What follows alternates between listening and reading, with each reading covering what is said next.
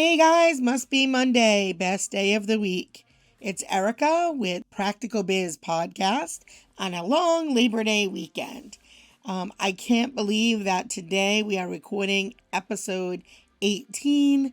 That's crazy. I feel like we just started like last week. I'd like to thank all of you that have been tuning in on a weekly basis.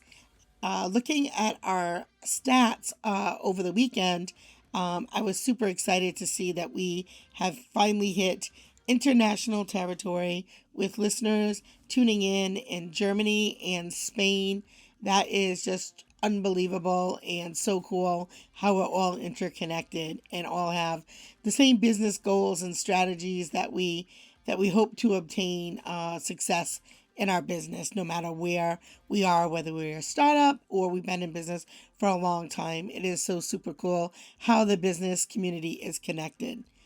I also wanted to send a huge shout out and lots of love to our New England fan base. We have a great market in Rhode Island, Massachusetts, Connecticut, Maine, and North Carolina. If you are new today, tuning in from another state, we'd like to welcome you officially, formally, and again, thank you so much for your support. If you are listening today on our audio platform, either Apple, Buzzsprouts, or Spotify, we love that you are on our podcast through the audio medium. If you are on YouTube, we'd like to welcome you to our new YouTube channel. We will start to post more videos on that platform as well. Some will be in-person interviews. Some will be just my random weekend thoughts that I shoot from my home office. And then others will be interviews with folks across the country through either a Zoom platform or some type of video platform. So before we get into this week's content, I just wanted to let you know that this is a piggyback or a part two to last week's 8 tips on customer retention. 2 of the tips I thought needed us to dig a little bit deeper. I didn't want to just blurt them out there and then you not know where to go from that point. So the first part I want to cover is customer reviews and testimonials and why they're so important to your business. Well, first of all, customer reviews and testimonials inspire trust and confidence between you and your consumer. Sometimes it is a consumer that you haven't done business yet. And then sometimes it is somebody who is doing business with you, but you've launched a new product and they want to see what other people are saying about that product before they purchase off you. So it could be existing customers or new potential customers. I did want to share a few stats with you in regards to customer reviews. First of all, 92% of customers read reviews before they decide to do business with you. 72% of the customers say positive testimonials increase trust in that business, even if the testimonials are written by people they don't know. 97% of B2B consumers cited that testimonials or peer reviews or feedback as a reliable type of content to make business decisions. So if you are a B2B customer, like 97% is insane to not capitalize on making sure that you are getting your best foot forward to, do more business with other businesses. So you have to be on as many review sites as possible. So let's talk about where do you go from here? Like, what are the best platforms to check in? So some of the going to be the real obvious ones, and the first ones we'll talk about is Google. Google is number one. You have to be on Google. You have to have Google reviews. You have to have My Google, My Business Google. Every Google option that you can get, you need to be there. Make sure that the reviews, as many as you can, get sent to Google. Secondly is Bing, which is another huge search engine. Make sure that you're claiming your pages and make sure that you are getting as many customers as you can to put their feedback on Google, Bing, Yelp is also one that a lot of people use in specific industries, especially service, restaurants are huge for Yelp. Facebook, I find like Facebook is probably one of the easiest places to get reviews because people are on Facebook multiple times a day, much more so than you would go on Google. So I feel like Facebook is a fast and easy place to capture reviews through your current customers. If you're selling online, Amazon, you have to have great Amazon reviews. If you're selling services, products through Amazon, you want to get as many 4 and 5 star reviews as possible. I know when I go to purchase a product, I'm 100% looking at reviews and making my purchasing decisions based on what other consumers are saying about that product. This brand new streaming webcam that I just purchased was purchased based on the reviews. I had one that was really slow and pixelated, and I went and looked at Best Buy and looked at all of the reviews that I could find on the product, double checked it across the Amazon review site as well, and went with the streaming cam that works pretty good. Especially I move around a lot, my hands are always flying, my head is always moving when I'm talking, so it really does make a big difference. The Better Business Bureau, and I know like some people might think that that is a old fashioned platform, which it is certainly one of the most traditional, but I also think that a lot of people still use it, especially if you're doing large business transactions or you are doing a lot of B2B type of business. And then the Yellow Pages, those are review sites that if you're not focused on that, at least get on those 7 at a minimum. The other thing is when we think about review sites, we may only think about, prospective customers, drawing customers in, or what are our current customers saying about us. But you also might want to think about if you are a business and you're looking to hire the best talent, looking to hire employees, you may want to look on your glass door review and see what's on that, what employees are saying about your business. And if you have some great employees who have worked for you for many years, ask them, can they go give an honest review on Glassdoor? And typically they will. Another thing is on Indeed. If you have job postings on Indeed or ZipRecruiter and you're looking for quality candidates, you might want to make sure not only is your job description clear and accurate, but also reviews of people who currently work for you on there as well. That will help candidates make decisions on if they're even going to apply for a job. And if you have a industry where you are really looking for specific, highly qualified folks who have credentials and things that you need to elevate your business, you want to do everything you can to attract top talent.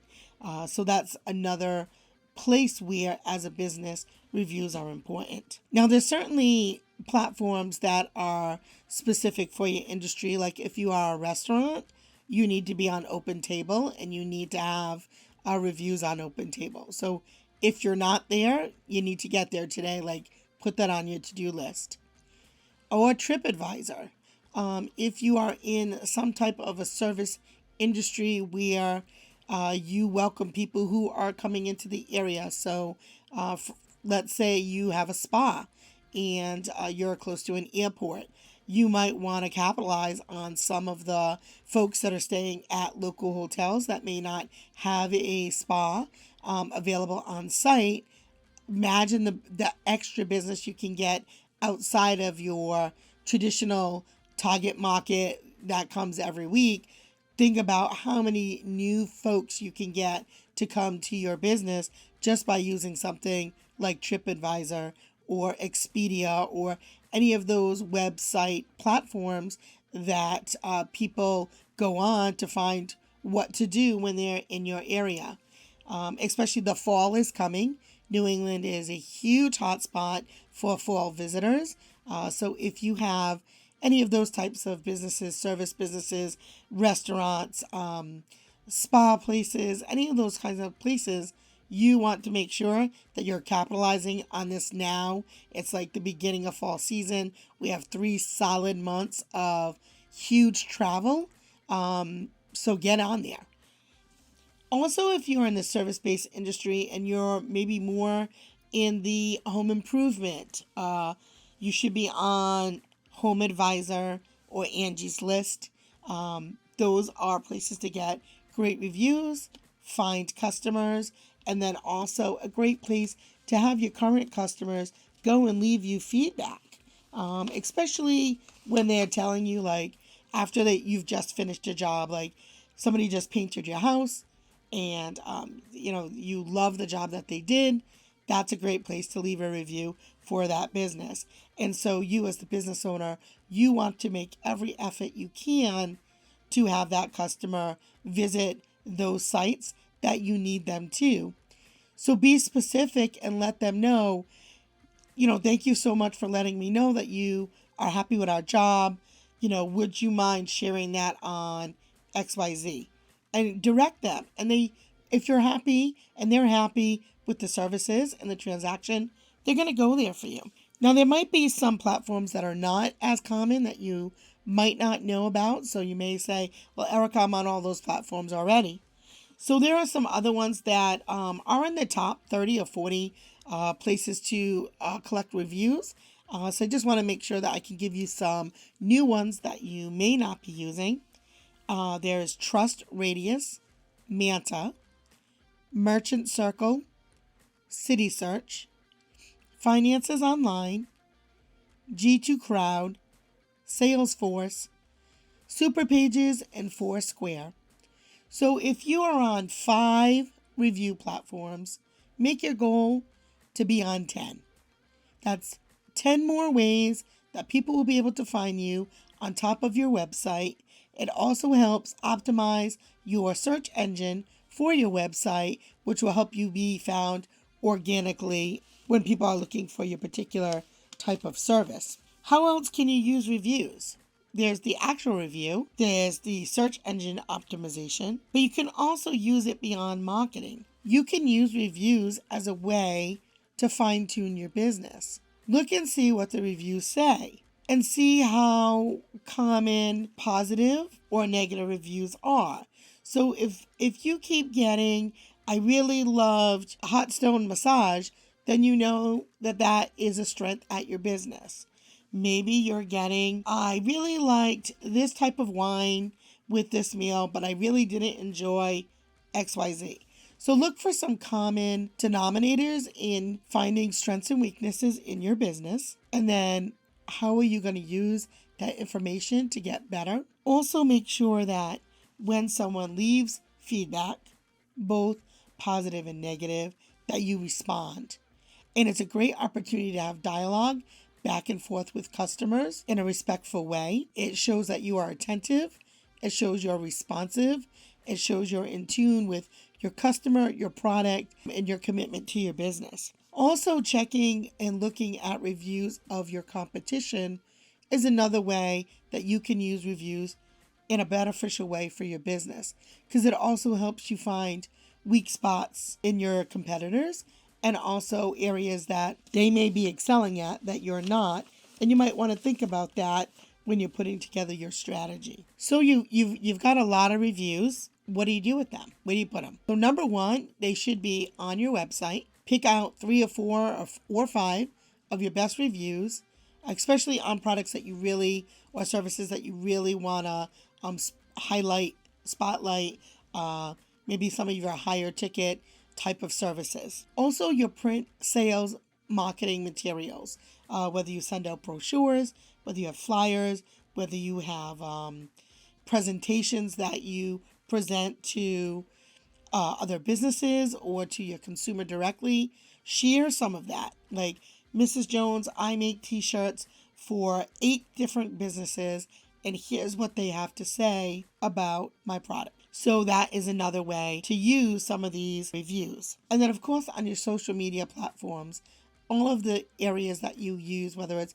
Instagram, Facebook, Twitter, TikTok, wherever you can, use these because it's one thing to say you're great, but it's another thing to share other people's words. It just gives another layer of trust, recognition, responsiveness to what you're doing in your business and why your products are unique, different, special than your competitors. So you definitely want to share that. Some things that I just want to say to make the most out of your reviews are: one, make sure that you claim your profile pages, encourage business reviews. So how do you do that? Usually, if you could do it in the moment while the person's there, engaged with you, is probably the easiest way to do it. But make sure you ask, whether it's a follow-up email or a follow-up customer service survey, and then ask them when they fill out the survey, could you use the feedback from that survey in your marketing materials? Make it easy, provide a link. There's lots of different survey monkeys and different platforms, different options that you can use to collect your best reviews. I know some childcare programs use Sotella's. That's one option. There's many platforms that you can use. Find out what ones are best for your industry and then capitalize on that. Again, this is a place where you can really double your business or triple your business without costing you pretty much anything, just by collecting these reviews. Also, if you're doing like special events like a graduation or a launch of a product, anything like that, pull out a camera, because written testimonial is great, but video testimonial is equally amazing that you can use on your platforms. And while people are in the moment, they're excited, they're engaged with you, that is really the best time to collect that information. So video testimonials are great. And then I think too, people seeing a face with the words really connects and tells a story about not only you, but your product and your service. So I want to go back to finding specific platforms for your industry, because if you're not and your competitor is, that means every time someone keys in a word with your industry name, they're not finding you and they're finding your competitor. So like a weekend like this is a long weekend. Take one of those days instead of taking all 3 off. Take one of the 3 days and capitalize on having some quiet alone time, 3-4 hours, checking in on all of the platforms that you think are most specific for your industry and get on there. So I looked up, just for one of my clients, the best places to be if you have a spa. And if you have a spa, you have to be, or a hair salon, or a makeup studio, you have to be on Pinterest, Yelp, Twitter, Google Business, Facebook, Spa Finder, and TripAdvisor. Those are the top ones. So you can have your preference personally for what you like to use as a consumer, but I'm telling you, based on research, those are the top places if you have a spa, makeup industry, massage specialist, anything like that in that vein. That's where you need to be. The nice thing with Pinterest is you can really share how-tos, share your expertise, share your knowledge on health and wellness or beauty. So you've got to be in those places. It's also a great place to share visuals of your location and what you're doing at your business. Those are just some tidbits, kind of going back to last week's 8 tips on customer retention. We briefly had just talked about why reviews and testimonials are so important. The other part that I wanted to talk about, which I know just seems like such common sense, is answering your phone. So it takes more than just saying, "Hello, Johnny's Bake Shop." You have to train everybody who answers your phone. And you have to really know what you want the message to be. What do you want the brand to feel like? What do you want the customer experience to be? So when a customer calls you, typically you know that they're ready to take action. I don't just call a place and say, "Hey, how much are the tires on sale?" Right? You're calling because you probably have a flat tire, your car didn't pass inspection, or you noticed a bald spot on your tire and you're really diligent about that, right? You want to make sure your family's safe, your kids are safe. When you're making a call to a business, typically that customer is ready to buy. That means you need to be ready to sell or solve a problem for that customer. If you do not answer the phone, they're going to move on to the next business.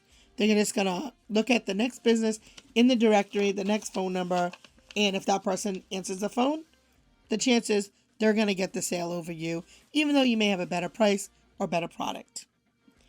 One of the things that I learned in marketing is that outbound calls and inbound calls do not have the same closing rate. If you are calling out to another business to see if you can do business with them, there's only about a 16% chance that you're going to make that sale. As opposed to if they call you, there's a 59% chance you're going to have a better closing opportunity with that business. So you want to take that into consideration.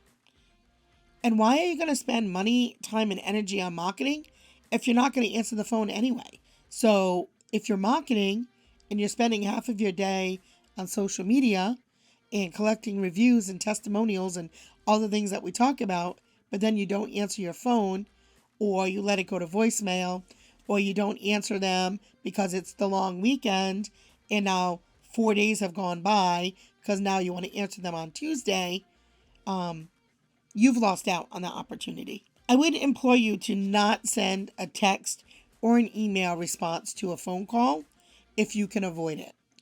So if you can't, for some reason, return a call immediately, at a minimum, send a text or an email saying you appreciate the phone call, when you can get back to them, and make sure you follow through. But again, you risk them just calling the next person, but it's still better than no response, right? So even if the email is, I received your phone call, I'm in a meeting, but I will call you back in 30 minutes, 40 minutes, whatever the time frame is, and that you appreciate their business and you're looking forward to talking to them. Most times, if you do that in a very timely manner, they will wait for you to get back to them. If you don't respond, they're going to just move on. The other thing is the timeliness of when you respond does matter. So if you answer a phone call or respond within 24 hours is a different closing rate, if you will, than if you respond within the first hour. If you respond to a customer within the first hour, you have 7 times more of a chance to close that sale or book that service. Be prepared if you can't help a customer. If you're booked, so somebody leaves a message and says, I'm looking for a restaurant reservation for Saturday at 12 o'clock on Valentine's Day, and you're booked. Sometimes customers appreciate the call back, and if you can't help them, then let them know, I'm sorry, we're booked. We don't have reservations for that day, that time. Here are some other options we have. Oh, sorry, that's my anniversary. I'm really looking forward to, it's got to be that day, that time. Then do you have a referral or some kind of information of a business that's local next to you that you can refer them to? Because customers do appreciate that, and they will remember that. Your helpfulness, your professionalism. If you can't take the service, you still should call them back. If you don't sell that product, you should still call them back. Have some information to help that customer, because that's what businesses are here to do, is to help solve problems.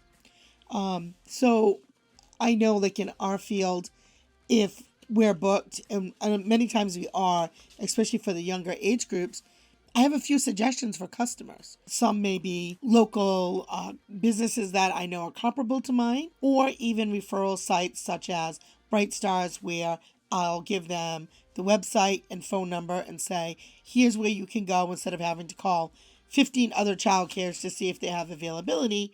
Here's a number that can help you, and dial that down for you so they're not getting frustrated and just calling center after center. One of the things I think that a lot of businesses miss the mark is they're not prepared with a phone script. They're not ready to talk about what their key benefits are, what makes them unique, or what you want to spotlight. So I think that is a place where you should get really skilled at. And the better you get at that, the more conversion you're going to get in terms of booking customers or tours and getting people to move to that next step with you. I have suggestions on how to solve the problem as well. And you only can do that if you really listen to the customer. So although having a phone script is super important and helps you move through a conversation in a very specific way, the first thing you have to do is listen, right? So somebody calls, thank you for calling Susie's paint parties. Listen to what are they looking for? Well, we're thinking about getting a group of girls together. It's my niece's 21st birthday. So I have some suggestions of different things that you can offer them. Well, we can do, if you're going to a restaurant, are you doing dinner before, after? What is the day looking like? What are you hoping for? What is your budget? Ask a lot of questions, and then you can give them a few options. So that way it's not just like, well, yeah, we can come out, or we can just do this one paint party. It could be, I work with several other businesses. Are you looking to make this a whole day event? Are you looking for me to come out and do a paint party at the restaurant where you'll be having dinner?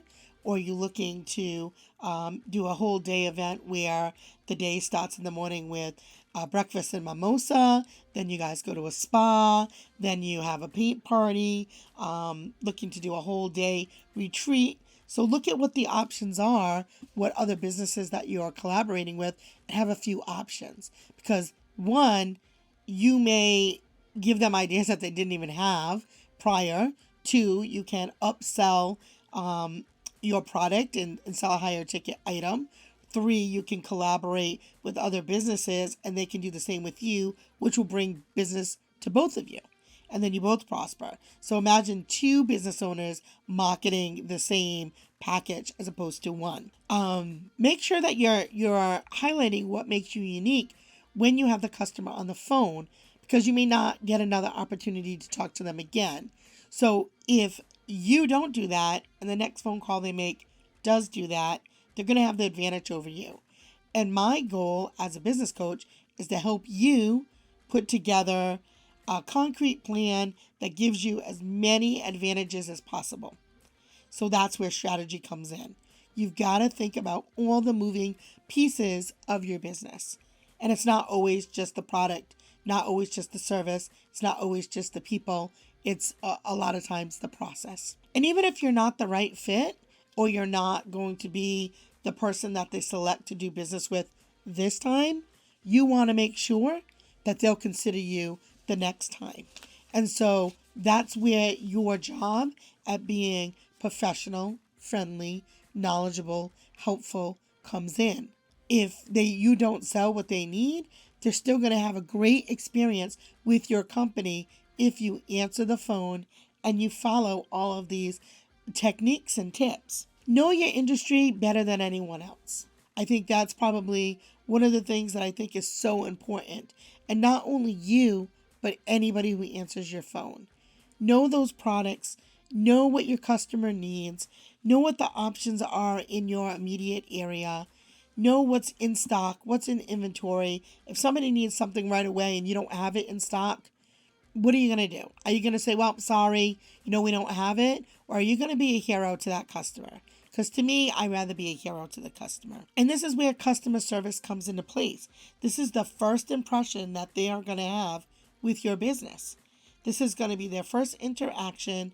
So the way that you answer the phone, are you calm?